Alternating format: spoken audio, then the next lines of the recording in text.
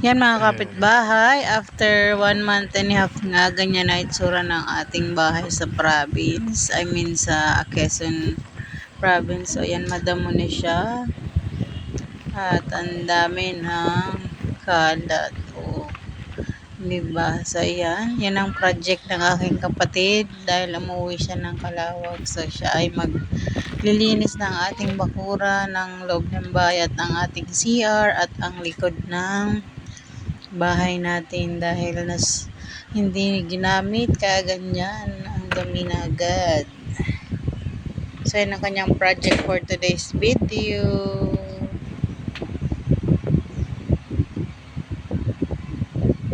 At ayan nga, wow, ang ganda na. Linis na linis. Good job kapatid. Salamat sa iyo sa paglinis ng ating bahay. Nagmukhang bahay na ulit siya. First day in Thailand.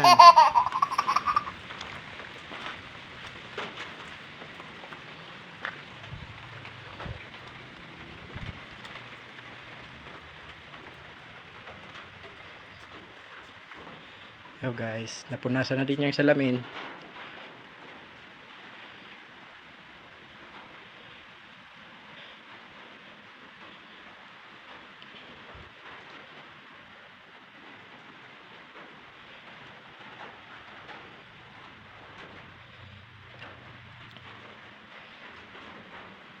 CR, nalinisan na din.